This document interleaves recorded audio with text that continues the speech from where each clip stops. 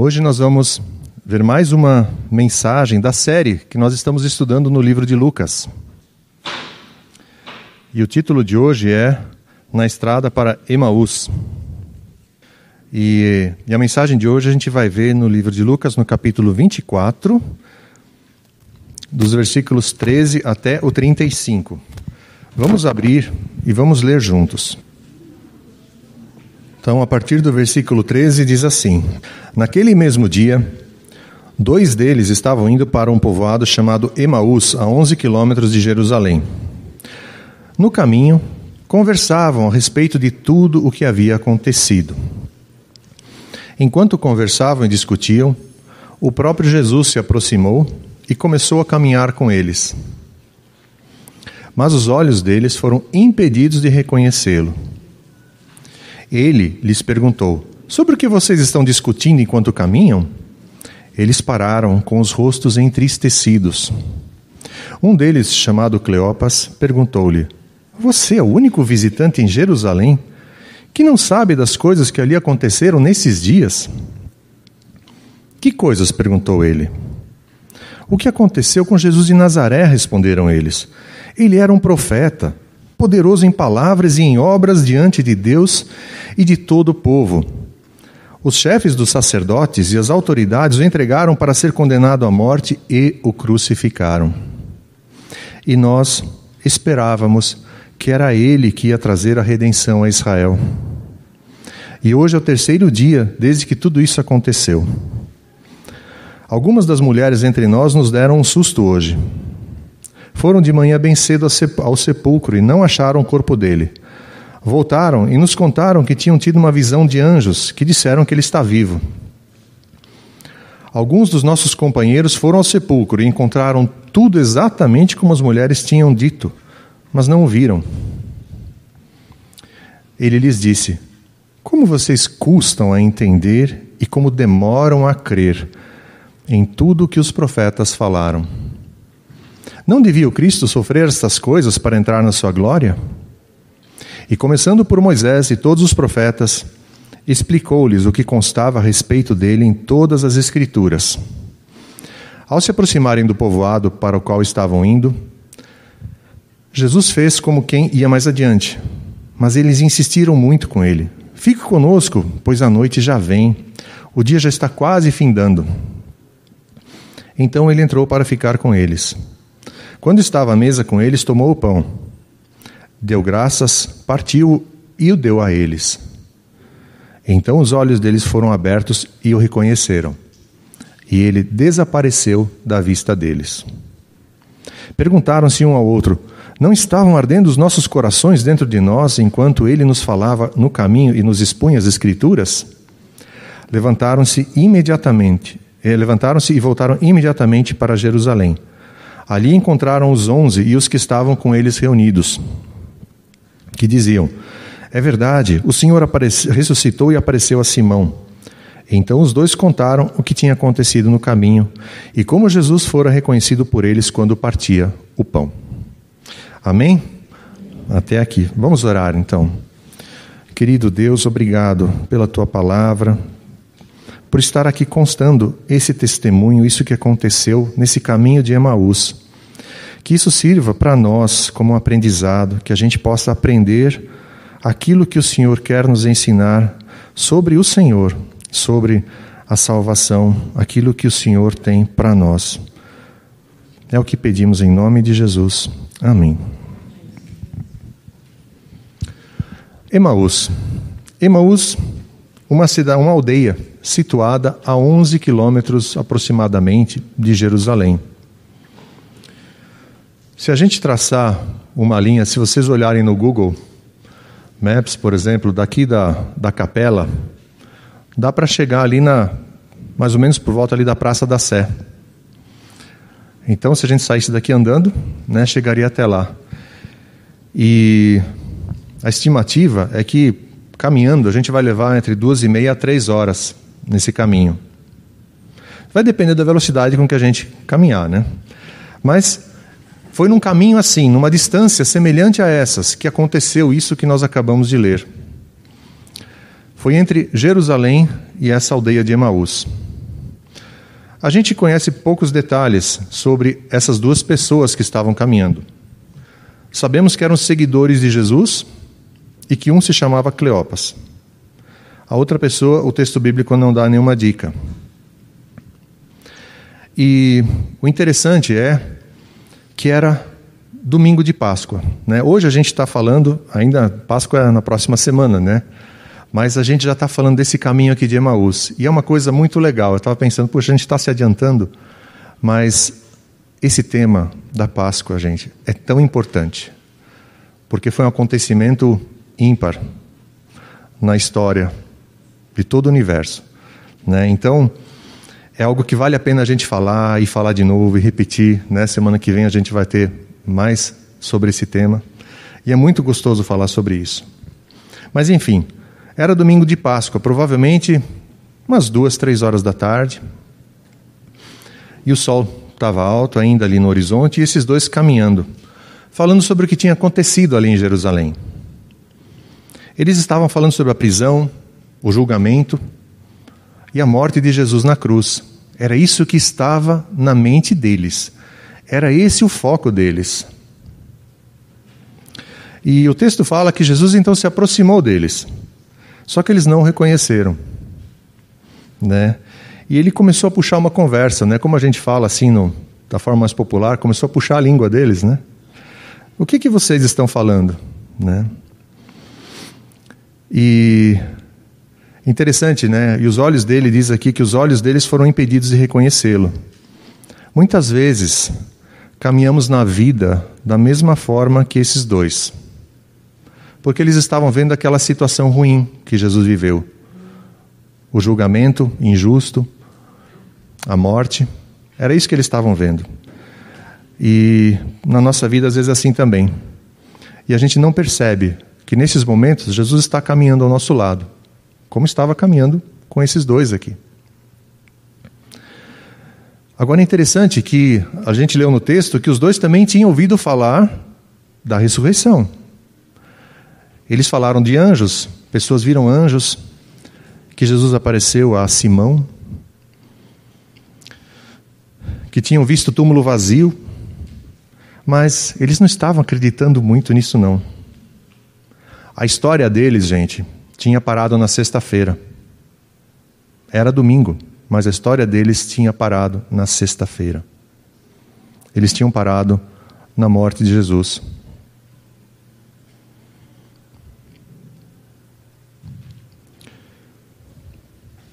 Muitas vezes nós também nos rendemos à dúvida, né, ao ceticismo, à incredulidade.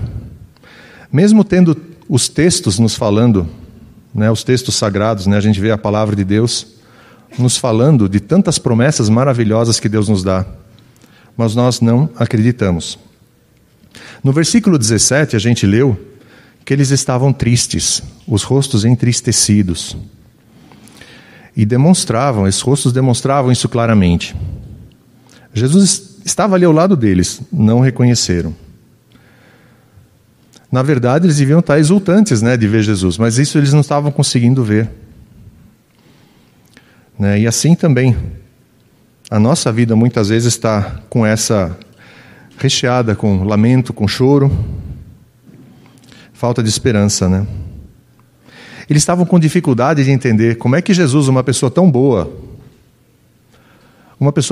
que fazia tanto bem, como é que esse homem foi julgado dessa forma e foi crucificado e morto? Como pode isso, gente? Ele foi pendurado numa cruz como um ladrão. Ele estava entre dois ladrões, né? Lembram? Um ladrão à direita e um ladrão à esquerda, né, de Jesus. Para nós isso pode parecer inconcebível, mas segundo alguns pesquisadores bíblicos, né, e a gente sabe disso, esse era o plano de Deus, gente. Esse era o plano de Deus. Estava nos planos de Deus que Jesus deveria morrer dessa forma. O inocente no lugar do culpado. Jesus era inocente. Eu sou culpado. Você é culpado. Todos nós aqui somos culpados. O único inocente era Jesus. Ele morreu no nosso lugar. E dessa forma, o plano de Deus se cumpriu conforme o planejado. É interessante a gente ver, a gente pensa, né, que nem eles pensavam. Jesus era tão bom, ele curava pessoas, ele fazia o bem. E interessante que a gente não é curado pelos milagres de Jesus. A Bíblia fala em Isaías 53:5 que nós somos curados pelas feridas dele. Aquilo que causou ferida nele é o que nos cura. Lá diz assim, Isaías 53:5: mas ele foi transpassado por causa das nossas transgressões e foi esmagado por causa das nossas iniquidades. O castigo que nos trouxe paz estava sobre ele, e pelas suas feridas nós fomos curados. Então, gente, esse caminho de Emaús, essa conversa que Jesus teve com esses dois, mostra que esse drama todo, da paixão de Cristo, da morte na cruz, correu e foi finalizado exatamente do modo como Deus queria. A morte na cruz não foi o desastre para Deus como foi para as pessoas. As pessoas acharam, nossa, isso acabou, agora acabou, né? Para Deus, não. Foi exatamente conforme os planos de Deus. A gente não entende muitas vezes os planos que Deus tem. A Bíblia fala também que os pensamentos dele são muito mais altos do que os nossos. A gente não enxerga, mas Deus sabe. Deus sabe. E se ele é capaz de arrancar um triunfo desses, das mandíbulas da morte, o que mais que ele não pode fazer nas nossas vidas, com aparentes fracassos que a gente tem, né? Muitas vezes a gente passa por dificuldades, mas ele pode. Ele tem poder para tirar da morte. Então, para nós isso também é uma promessa muito boa. E a gente viu, continuando no texto, lá no versículo 21, que esses dois estavam com o coração cheio de esperanças frustradas, né? O caminho de Emaús, diz uma pessoa, que é como se fosse um caminho para desistir de seguir a Cristo. Um caminho de sonhos desfeitos, de esperanças mortas, de falências de projetos de vida. Não tem mais jeito, acabou o nosso sonho. Acabou a esperança, né?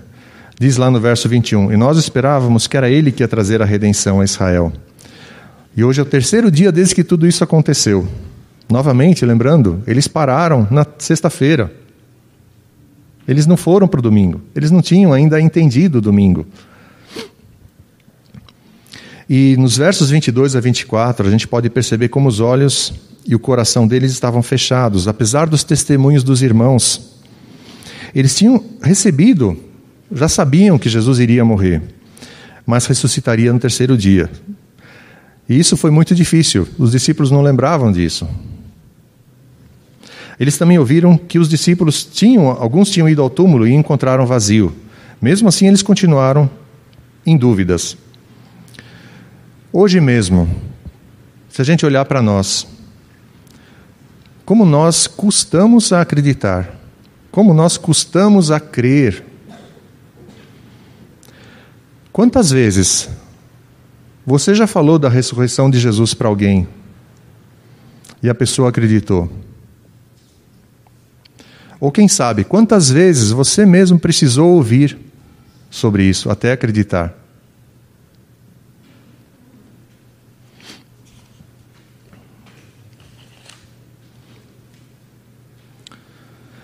Aqui, gente, é uma ação sobrenatural de Deus. Aqui é o Espírito Santo que acaba agindo para nos convencer daquilo que Deus tem. Então Deus pode agir. E a gente vê, Jesus no versículo 25, falou para eles, né? E serve para nós também, como vocês custam a entender e como demoram a crer em tudo que os profetas falaram. Nós temos a Bíblia hoje, né? Temos a Bíblia em papel, temos no aplicativo, né? Tem muitas formas da gente ler a Bíblia. Temos até que tomar cuidado com a versão da Bíblia, né? Que tem algumas versões que estão espalhando que não são a palavra de Deus. Então, é preciso tomar cuidado, sim. Mas Deus pode nos ajudar a ler, a entender, a ver da forma que Ele vê. E eles, como demoraram a acreditar, né? Isso, a incredulidade, ela coloca sobre nossos olhos uma venda, sobre nosso coração também. E aí Jesus teve que fazer o quê? Ele começou a falar para eles tudo que as Escrituras diziam a respeito dele. Ele começou a lembrá-los de que Moisés já falou sobre ele. Os profetas falaram sobre ele.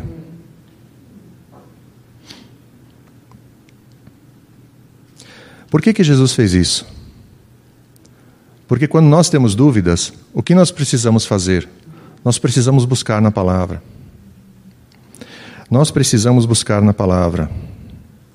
Jesus estava expondo esses dois à palavra de Deus. Estava expondo tudo aquilo que já tinha sido falado, que tinha sido escrito. Né? E Jesus estava aqui fazendo o quê? Ele estava aplicando aquilo que ele mesmo falou em João 5, versículo 39, onde diz assim: examinai as Escrituras, porque são elas que testificam de mim. Então, ou seja, dele mesmo. Ele fala, examinem. Não deixe a Bíblia como um peso de papel na sua casa. Né? Leia. E a fé vem por ouvir a mensagem de Deus.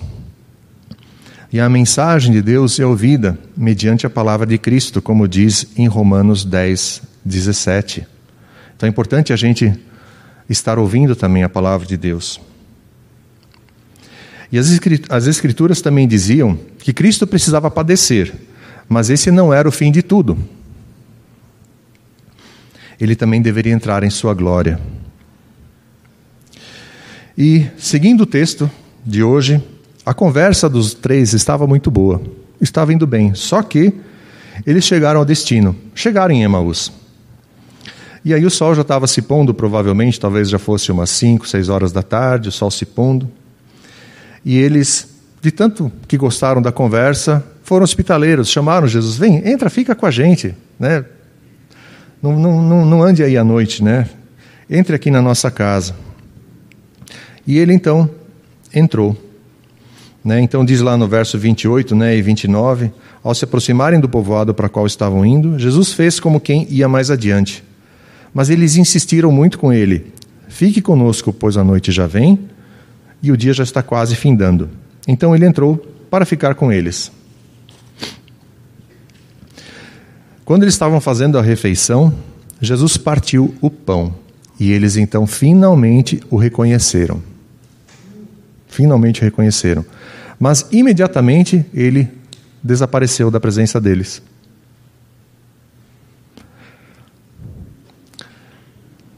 Como pode ser isso?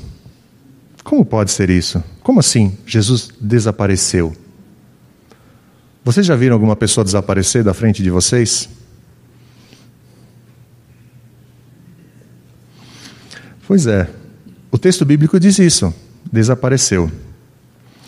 Gente, na verdade, isso daqui é como se fala hoje, é um spoiler. Isso é uma dica. Está nos revelando um pouquinho de como serão os corpos das pessoas ressuscitadas. A Bíblia diz que quando ressuscitarmos na glória com Deus, isso vale para todos aqueles que são salvos, nossos corpos não estarão mais sujeitos às leis da física, da química que nós temos aqui hoje. Vai ser diferente. Em 1 Coríntios, capítulo 15, verso 54, diz assim: quando, porém, o que é corruptível, que é o nosso corpo de hoje, se revestir de incorruptibilidade, e o que é mortal de imortalidade, então se cumprirá a palavra que está escrita: a morte foi destruída pela vitória. Gente, a morte é um inimigo, tá? A morte é um inimigo nosso. Isso vale a pena até abrir aqui um pequeno parêntese só. A gente vê às vezes propagandas de filmes e coisas assim que a morte é uma coisa legal, uma coisa interessante. Não é, tá? Não é. Não se deixem levar por essas coisas. Não se deixem levar por filmes, por vídeos de YouTube, qualquer coisa assim que fala que a morte é coisa boa. Não é. A morte é inimiga nossa, é inimiga dos planos de Deus. Mas ela foi vencida.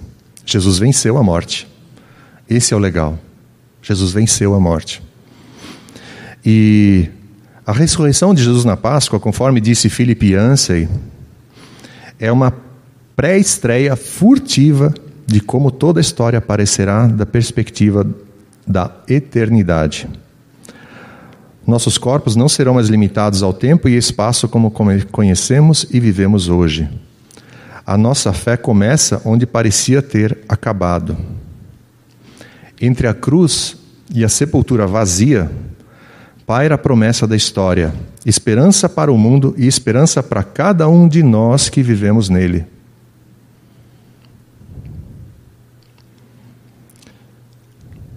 E assim então, que Jesus desapareceu da vista deles, eles perceberam o que aconteceu. E aí eles falaram um ao outro, no versículo 32, lá de Lucas 24, perguntaram-se um ao outro: não estavam ardendo os nossos corações dentro de nós, enquanto ele nos falava no caminho e nos expunha as Escrituras? A alegria deles, gente, foi tão intensa, que fez com que eles esquecessem a distância e a noite e corressem de volta para Jerusalém, para anunciar que Jesus estava vivo. Eles voltaram para dizer que a morte não tem mais a última palavra. A ressurreição de Jesus abriu os olhos deles e fez com que eles tivessem forças e corressem para contar aos outros que Jesus estava vivo. Agora, vamos pensar em nós aqui. Vamos olhar para dentro de nós. Qual é o impacto que a ressurreição de Jesus produziu em nossas vidas? Que impacto produziu na minha vida, na sua vida? Pense a respeito disso. Pense a respeito disso. Você tem caminhado com Cristo ressurreto? Você tem percebido Ele andando ao seu lado? Se ainda não, peça hoje para que Ele se revele a você e abra seus olhos e você possa andar ao lado dele.